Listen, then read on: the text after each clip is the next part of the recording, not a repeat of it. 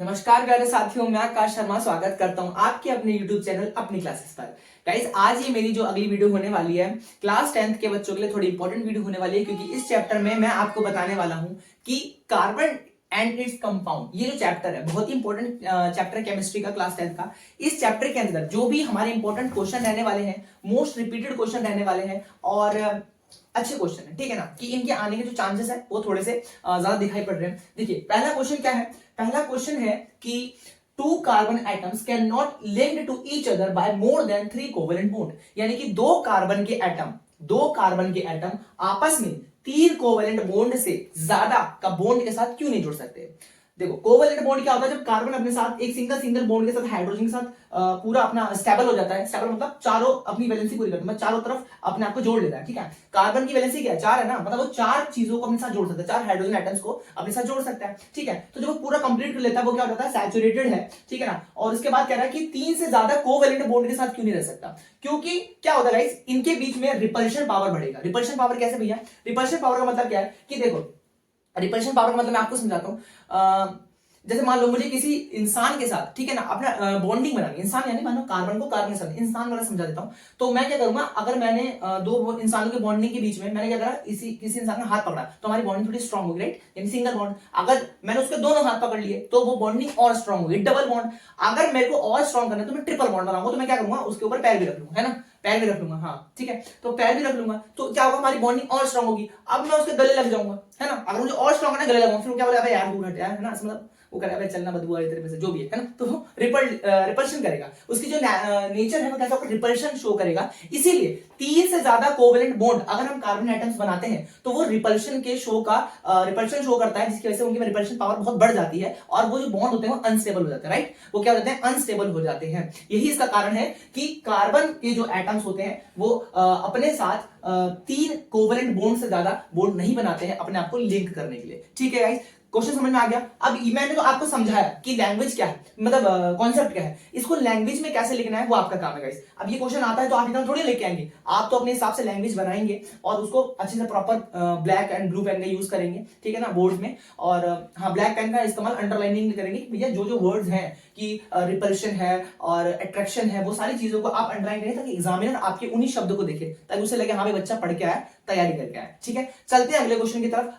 Okay guys, तो दूसरा जो क्वेश्चन होने वाला है वो भी बहुत इंपॉर्टेंट है। तो दूसरा क्वेश्चन कह रहा है कि a compound X has a molecular formula C4H10, it undergoes substitution reaction rapidly, it burns with blue flame and it is present in LPG, identify X and give the balanced equation for its combustion in presence of sunlight। ठीक है, बहुत ही प्यारा question है। कह रहा है कि एक X सब्सटेंस है, एक कंपाउंड X है जिसका मॉलिक्यूलर फॉर्मूला आपको देगा C4H10। C4H10 क्या होता है बताइए, C4H10 क्या होता है, तो C4H10 एक कंपाउंड है जिसका मॉलिक्यूलर फॉर्मूला ये दिया हुआ है और ये एलपीजी में पाया जाता है। कहां पाया जाता है, एलपीजी में, जो कि ब्लू कलर का फ्लेम होता है, जिसका जब वो बर्न करता है तो ब्लू कलर का फ्लेम होता है। तो ये क्या है, ये है ब्यूटेन। क्या है, ये ब्यूटेन है, ठीक है गाइस, ब्यूटेन है। और ब्यूटेन जो होता है एलपीजी के अंदर पाया जाता है, जिसका कलर जो होता है वो ब्लू कलर का फ्लेम होता है, ठीक है, ब्लू कलर का फ्लेम होता है, ब्लू कलर का फ्लेम होता है। ब्लू कलर का फ्लेम क्यों होता है जानते हैं, क्योंकि ब्यूटेन जो है वो सैचुरेटेड हाइड्रोकार्बन है। सैचुरेटेड हाइड्रोकार्बन मतलब कि ये ना एक सैचुरेटेड हाइड्रोकार्बन है, जिसका मतलब क्या है कि इसके कार्बन के सारे पार्टिकल्स होते हैं ना, बर्न होते हैं, यानी कि इसके अंदर कार्बन के जितने पार्टिकल्स होते हैं अच्छी तरह से बर्न होते हैं, जिसकी वजह से ब्लू फ्लेम देता है, ठीक है ना। और जितने भी अनसैचुरेटेड हाइड्रोकार्बन होते हैं वो सारे येलो फ्लेम देते हैं, जिनके अंदर कार्बन जो पार्टिकल्स होते हैं वो अच्छी तरह बर्न नहीं हो पाते हैं, ठीक है ना। तो ये क्या करते हैं, सारे ब्लू फ्लेम देते हैं क्योंकि ये सैचुरेटेड होते हैं, सैचुरेटेड है। जितने भी सैचुरेटेड हाइड्रोकार्बन है वो सारे ब्लू फ्लेम देते हैं, ठीक है ना, जलने के बाद, ठीक है ना, जलने के बाद। ये ब्यूटेन इनमें से एग्जांपल है, ये एलपीजी में पाया जाता है, क्योंकि ठीक है, क्योंकि एलपीजी में पाया जाता है, जलने के बाद कैसा ब्लू फ्लेम देता है, जिसकी वजह से आपके बर्तन काले नहीं पड़ते। बर्तन काले क्यों नहीं होते हैं, क्योंकि वो जो कार्बन के पार्टिकल्स पूरी तरह बर्न हो चुके हैं, तभी वो हीट दे रहे हैं ज्यादा और लाइट कम देते हैं। और जो अनसैचुरेटेड होते हैं वो क्या करते हैं, लाइट ज्यादा देते हैं और हीट कम देते हैं, ठीक है ना, जिसकी वजह से वो बर्तन भी काले हो जाते हैं, ठीक है ना, बर्तन भी काले हो जाते हैं, जिसकी वजह से कार्बन के पार्टिकल अच्छी तरह जलते नहीं, इसीलिए, ठीक है ना। तो क्वेश्चन ये है कि एक्स को पहचानो, एक्स को हमने पहचान लिया। अभी कह रहा है कि क्या रिएक्शन होगी अगर उसका कंबंशन करवाया जाए। कंबंशन यानी कंबंशन क्या होता है कि ऑक्सीजन के साथ बर्न करवाया जाए, ठीक है ना। तो C4H10 का रिएक्शन ऑक्सीजन के साथ जब हम करवाएंगे, ऑक्सीजन के साथ रिएक्शन करवाएंगे तो क्या बनने वाला है, कार्बन डाइऑक्साइड बनने वाली है, और कार्बन डाइऑक्साइड, हाइड्रोजन गैस और एनर्जी, लाइट, लाइट बनेगी ना, लाइट एंड एनर्जी निकलेगी, लाइट एंड एनर्जी। ठीक है, अब देखो कार्बन डाइऑक्साइड और हाइड्रोजन, तो ऐसे बोला बैलेंस्ड केमिकल रिएक्शन, बैलेंस्ड, तो बैलेंस कर लीजिए इसको जरा, बैलेंस कर लो भाई। बैलेंस अगर आप करोगे तो 4 5, ओके 5 यहां रखो, 13/2, 13/2। ठीक है, कितने कार्बन है, यहाँ 4 कार्बन है, हाइड्रोजन कितने हैं 10। ठीक है, यहाँ कितने हाइड्रोजन है 10, यहाँ कितने कार्बन है 4, यहाँ भी 4 कार्बन है, यहाँ पे हाइड्रोजन 10 है, यहाँ भी हाइड्रोजन 10 है। यहाँ ऑक्सीजन देख लीजिए, 2 को 2 से कैंसिल करेंगे तो 13 ऑक्सीजन है, और ऑक्सीजन यहाँ पर कितने हैं, सॉरी H2O, वाटर रिलीज होगा ना, हाँ ठीक है, तो कितने हो जाएंगे 5 4 दूनी 8, 8 5 13, और यहाँ पर भी कितने हैं 13। ठीक है, तो ये बैलेंस्ड हो गई। देखिए कैसे बैलेंस हुई, देखिए C4H10 ब्यूटेन ने जब रिएक्शन करा किसके साथ, ऑक्सीजन के साथ, तो क्या बना हमारा carbon dioxide, water, light and energy. ठीक है ना, ये बनेगा। ठीक है, तो क्या हुआ, हमें बैलेंस चाहिए था, तो हमने क्या करा, यहाँ पर कार्बन कितने थे 4, तो हमें 4 कार्बन के लिए आगे 4 लगाया। ठीक है ना, ऑक्सीजन कितना हुआ 8 हो गए, यहाँ पर 8 है और यहाँ पर ऑक्सीजन कितने हैं 5, तो 8 और 5 13, 8 और 5 13। ठीक है, और यहाँ पर कितने ऑक्सीजन है, इसको 13 करना है, तो क्या करेंगे, पीछे 2 लगा हुआ, तो 13/2 करेंगे ताकि 2 से 2 कैंसिल होके ऑक्सीजन की वैल्यू 13 हो सके। ठीक है, आई बात समझ में। ठीक है, तो ये हमारी बैलेंस केमिकल रिएक्शन हो गई, ये था क्वेश्चन। और इसने बोला था एक बैलेंस केमिकल रिएक्शन थी, तो बैलेंस करना जरूरी है, क्योंकि क्वेश्चन में बोला हुआ है बैलेंस चाहिए। अगर बैलेंस नहीं बोलेगा तो अपना लिख के आ सकते हैं, पर बैलेंस करेंगे तो आपके लिए अच्छा है। ठीक है, तो चलते हैं तीसरे क्वेश्चन की तरफ। तो तीसरा क्वेश्चन आपका, हाँ भाई, तो तीसरा क्वेश्चन क्या होने वाला है गाइस, तीसरा क्वेश्चन जो होने वाला है, कह रहा है कि a compound A work with hard water, it use for making shampoo and product for cleaning clothes. A is not 100% biodegradable and cause water pollution. B does not work with hard water and it is 100% biodegradable and don't create water pollution. Identify A and B. ठीक है, question क्या कह रहा है, समझ में आ गया। Question कह रहा है कि एक कंपाउंड ए है जो कि हार्ड वाटर के साथ रिएक्शन करता है, हार्ड वाटर के साथ वर्क करता है, और इसका इस्तेमाल शैम्पू बनाने के लिए किया जाता है, और क्लीनिंग प्रोडक्ट बनाने के लिए, और कपड़ों की सफाई के लिए किया जाता है। ठीक है, ए जो है, जो सब्सटेंस ए है, वो 100% बायोडिग्रेडेबल नहीं है। बायोडिग्रेडेबल, नॉन बायोडिग्रेडेबल क्या होता है ये आपको अच्छे से पता होगा। ठीक है, 100% बायोडिग्रेडेबल नहीं है, जिसकी वजह से वाटर पॉल्यूशन होता है। ठीक है, और जो बी सब्सटेंस है, बी कंपाउंड है, वो क्या कर रहा है, वो हार्ड वाटर के साथ रिएक्शन नहीं करता है, does not react with hard water and it is not 100% biodegradable, it is 100% biodegradable and don't create water pollution. Identify A and B. देखो गाइस, सबसे पहले बात आधे बच्चों को पता होगा इस बारे में, मैं बता देता हूं पर कि हमारे पास 2 चीजें हैं। ठीक है, 2 चीजें हैं, वही हमारे 2 आंसर हैं। जो पहला रहने वाला है डिटर्जेंट। ठीक है, डिटर्जेंट जो कि कंपाउंड ए है, और कंपाउंड बी जो है वो है हमारा सोप। ठीक है, सोप है। कंपाउंड ए डिटर्जेंट है और कंपाउंड बी क्या है, सोप है। देखो डिटर्जेंट जो होता है वो क्या करता है, हमारा हार्ड वाटर के साथ रिएक्शन करता है और सॉफ्ट वाटर के साथ रिएक्शन कर लेता है ना, दोनों के साथ रिएक्शन कर लेता है। और सोप जो होता है वो क्या होता है, हमारा हार्ड वाटर के साथ रिएक्शन नहीं करता है, हार्ड वाटर के साथ रिएक्शन नहीं करता है, जिसकी वजह से ये क्या होता है, 100% बायोडिग्रेडेबल होता है। ठीक है, 100% बायोडिग्रेडेबल होता है, और ये 100% बायोडिग्रेडेबल नहीं होता है, जो कि वाटर पॉल्यूशन करता है। कौन, डिटर्जेंट। डिटर्जेंट की वजह से वाटर पॉल्यूशन होता है, सोप की वजह से वाटर पॉल्यूशन नहीं होता है, क्योंकि क्या होता है, ये नॉन बायोडिग्रेडेबल है और ये बायोडिग्रेडेबल है। ठीक है, तो बस इतना पूछा था, ए और बी को आइडेंटिफाई करना था, और ये हमने कर दिया। ठीक है, हाँ इतने पूछा था। ठीक है गाइस, तो ये भी इंपॉर्टेंट क्वेश्चन है, सोप और डिटर्जेंट से एक क्वेश्चन आपका पक्का आने वाला है, प्लीज इसे आप पढ़ के जाइएगा। ठीक है, तो आलो भाई चलते हैं क्वेश्चन नंबर 4 की तरफ। ठीक है, क्वेश्चन नंबर 4 क्या कह रहा है, देखिए गाइस, ये भी बहुत अच्छा क्वेश्चन है कि यहाँ पर 4 ऑप्शन दिए हुए हैं। ठीक है, 4 ऑप्शन आपको दिए हुए हैं, C2H4, CH3COOH, C2H5OH, C2H6। ठीक है, ये 4 ऑप्शन है, और इन 2 क्वेश्चनों का सवाल देना है 4 ऑप्शन को देखकर। पहला कह रहा है कि which of the following is saturated hydrocarbon. आपको बताना है इनमें से कौन सा सैचुरेटेड हाइड्रोकार्बन है। ठीक है ना, मैं बताता हूं हाइड्रोकार्बन का मतलब क्या होता है गाइस, कि जिसमें हाइड्रोजन और कार्बन के ही एटम्स होते हैं, बस हाइड्रोजन और कार्बन के एटम्स ही जिन जो कंपाउंड से मिलकर बना है वही हाइड्रोकार्बन होता है। तो आप देख लेंगे हाइड्रोकार्बन यानी हाइड्रोजन कार्बन, देखो ये क्या है, COOH। ठीक है, COOH ऑक्सीजन आ गया, यहाँ भी ऑक्सीजन आ गया, तो ये तो भैया हो नहीं सकते। ठीक है, ये तो हो नहीं सकते, बचे ये दोनों। अब मुझे सैचुरेटेड हाइड्रोकार्बन, सैचुरेटेड हाइड्रोकार्बन क्या होते हैं कि जिनकी वो पूरी तरह से क्या हो, स्टेबल हो। चलो देख लेते हैं एक बार, C2H6 की अगर बात करें, C2H6 दो कार्बन के साथ कितने हाइड्रोजन जोड़ सकते हो आप बताओ, कितने हाइड्रोजन जोड़ सकते हो? दो कार्बन के साथ भैया 6 हाइड्रोजन जोड़ सकते हैं। तो ऑप्शन नंबर डी ये हमारा बिल्कुल सही है, C2H6, क्योंकि ये सैचुरेटेड भी है और हाइड्रोकार्बन भी है, ठीक है ना। बाकी ऑप्शन मैच नहीं कर रहे हैं, आप देख सकते हैं, ठीक है। C2H6 जो है यहाँ पर मैच कर रहा है, क्योंकि दो कार्बन के साथ 6 हाइड्रोजन जुड़ सकते हैं, ये सैचुरेटेड भी है और हाइड्रोकार्बन भी है, तो इसका आंसर हो जाएगा ऑप्शन नंबर डी, ठीक है। अगला बोला हुआ है कि identify organic acid. Identify organic acid, organic acid क्या होता है? क्या होता है ऑर्गेनिक एसिड बताइए? ऑर्गेनिक एसिड होते हैं, एसिड होते हैं तीन तरह के अपने, कैसे? Weak acid and strong acid. एक तो ये टाइप हो जाता है, दूसरा होता है डाइल्यूटेड कंसंट्रेटेड एसिड, ठीक है ना, एक वो टाइप होता है, और तीसरा एसिड होता है ऑर्गेनिक एसिड। ऑर्गेनिक एसिड जो कि हमारे नेचुरली प्राप्त होते हैं, जैसे टमाटरों में, चाय में, इमली में, इन सारी जो चीजों में एसिड्स पाए जाते हैं ना, ऑर्गेनिक एसिड भी कहा जाता है। तो इनके अंदर कौन सा एसिड आपको ऐसा दिख रहा है जो नेचुरली पाया जाता है? बताओ कौन सा दिख रहा है आपको, बताओ। एसिड देखो, सबसे पहले OH अल्कोहल, ये तो हो नहीं सकता भैया, ठीक है, ये होंगे नहीं, तो ये क्या होता है? CH3COH। क्या होता है CH3COH? CH3COOH, which is acetic acid, acetic acid है ना, present in vinegar, present in vinegar, vinegar में पाया जाता है एसिटिक एसिड, जो कि हमारा एक ऑर्गेनिक एसिड कहा जाता है। तो option number B is right for second option, ठीक है। सेकंड ऑप्शन के लिए क्या हमारा सही होने वाला है? Option number B, which is acetic acid, ठीक है। चलते हैं अगले क्वेश्चन की तरफ। हाँ जी, तो आज क्वेश्चन नंबर 5। क्वेश्चन नंबर 5 क्या कह रहा है? क्वेश्चन नंबर 5 कह रहा है define hydrogenation and it's industrial use.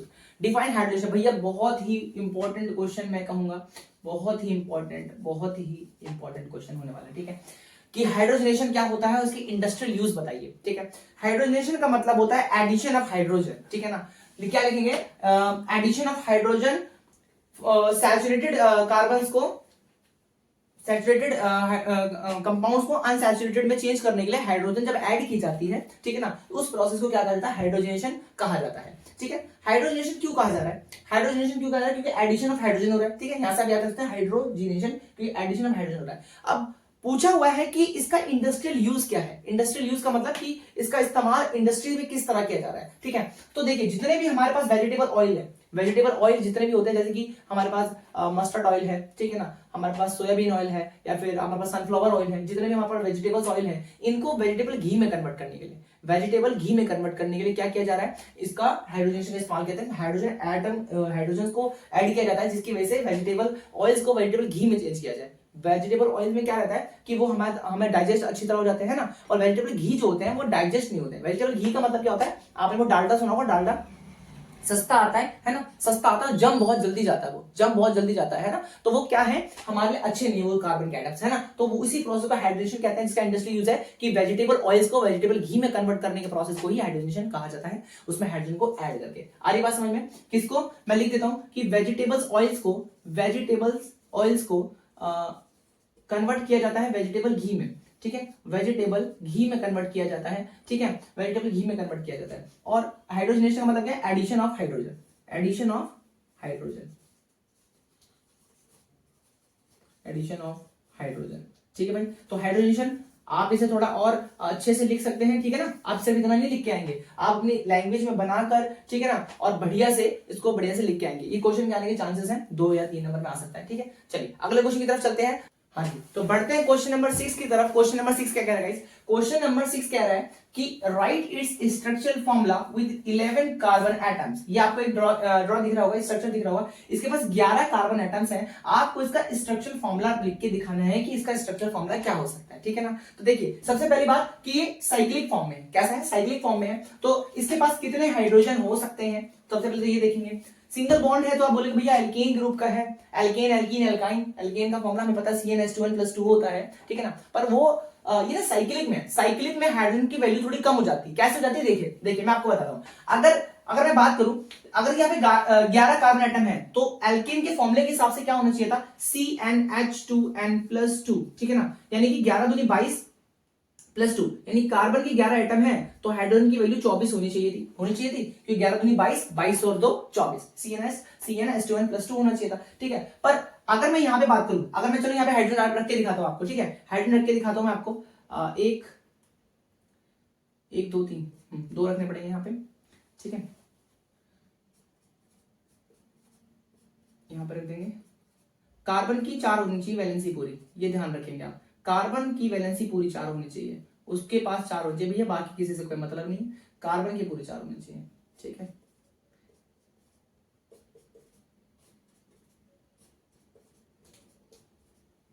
Hydrogen add कर रहे हैं, दो दो हाइड्रोजन ऐड कर रहे हैं, और ये ताकि कार्बन की 4 वैलेंसी पूरी रहे, 1 2 3 4, 1 2 3 4, चारों तरफ हर कार्बन की 4 वैलेंसी पूरी होनी चाहिए, ठीक है। हर कार्बन की 4 वैलेंसी पूरी होनी ही चाहिए। चलो ठीक है, तो हमने हाइड्रोजन लगा दी कार्बन के चारों तरफ। जरा देखते हैं कितने हाइड्रोजन आ रहे हैं भैया, गिन लें जरा।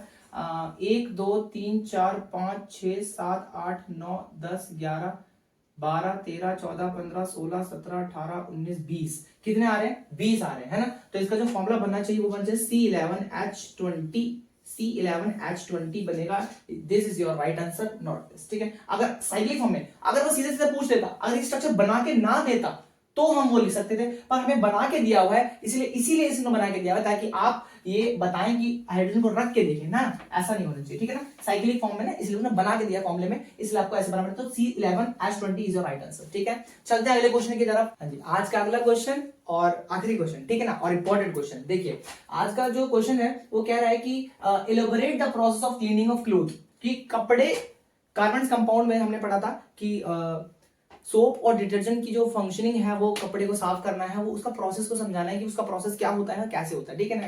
देखिए तो आपने पढ़ा हुआ है कि जब भी कोई कपड़ा, मान लीजिए कपड़ा है, ठीक है, इसके ऊपर कोई भी दाग लग गया है, डर्ट लग गया है, ग्रीस लग गया ना, चिकनाहट कोई लग गई है, इसके ऊपर क्या होगा, जब हम इसे सर्फ के साथ या डिटर्जेंट के साथ पानी में डालते हैं तो क्या होता है कि उसके पास ना 2 तरह के पार्ट्स होते हैं, ठीक है। पानी में डिटर्जेंट क्या होता है, एक होता है हाइड्रोफोबिक, एक होता है hydrophilic. Hydrophobic and hydrophilic. Hydrophobic part क्या होता है, जो पानी से डरता है ना, पर चिकनाहट से प्यार करता है। याद रखो, जो चीज पानी से डरेगी वो चिकनाहट की तरफ भागेगी, और जो पानी से प्यार करता है वो चिकनाहट से दूर रहेगा, राइट, है ना, सिंपल है। तो देखो जो चीज पानी को प्यार करता है, हाइड्रोफोबिक जो होता है वो यहाँ पर नीचे की तरफ पाया जाता है, नीचे की तरफ पाया जाता है हाइड्रोफोबिक, क्योंकि वो पानी से प्यार नहीं करता है, वो पानी से डरता है। और हाइड्रोफिलिक वो चिकनाहट से दूर रहेगा क्योंकि वो उससे नफरत करता है। तो हाइड्रोफिलिक, ठीक है, हाइड्रोफिलिक, ठीक है, हाइड्रोफिलिक और हाइड्रोफोबिक। अब ये क्या करते हैं, ये पार्ट होते हैं, दो इनकी टेल्स होती हैं, ठीक है। अब ये करते हैं, जितने भी हाइड्रोफोबिक वाले पार्ट है, ये हाइड्रोफोबिक वाले चिकनाहट से जाके चिपक जाते हैं और ये आपस में केमिकल रिएक्शन करते हैं, है ना। इसके अंदर क्या पाया, सोडियम पाया जाता है ना, सोडियम पाया जाता है, ये रिएक्शन करता है चिकनाहट के साथ, सोडियम के रिएक्शन इसके साथ रिएक्शन करते हैं,